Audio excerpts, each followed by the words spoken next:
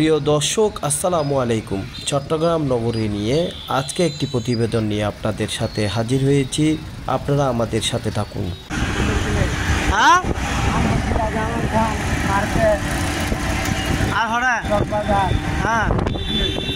নিষিদ্ধ করলেও চট্টগ্রাম নগর জুড়ে তাপিয়ে বেড়াচ্ছে ব্যাটারি চালিত অটোরিকশা। বিশেষ করে সন্ধ্যার পর অলিগলি ছেড়ে মূল সড়কে অনেকটা নিয়ন্ত্রণহীন চলছে অযান্ত্রিক এইসব যানবাহন।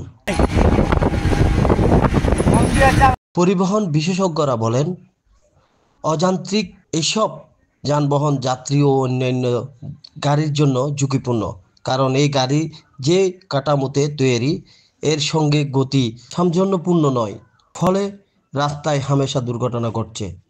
গত 9 সেপ্টেম্বর থেকে নগর পুলিশ এইসব রিক্সা চলাচল নিষিদ্ধ করে। ট্রাফিক পুলিশ বিভাগের হিসাব অনুযায়ী চট্টগ্রাম নগরে অন্তত 50,000 ব্যাটারি চালিত রিক্সা রয়েছে।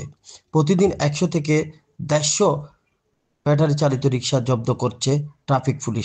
ব্যাটারি চালিত রিক্সার জন্য প্রচুর বিদ্যুৎ খরচ।